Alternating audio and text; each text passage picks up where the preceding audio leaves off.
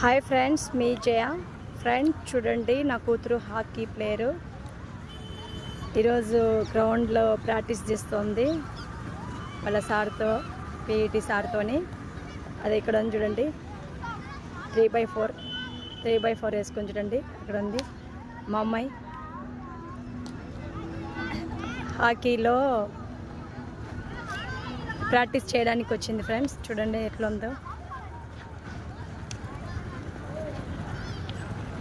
ఈరోజు నుంచి ప్రాక్టీస్ అంటే వాళ్ళకి హాకీ, ఓకేనా. చూడండి గ్రౌండ్లో పిల్లలందరూ, వాళ్ళ క్లాస్మేట్స్ అందరూ ఉన్నారు.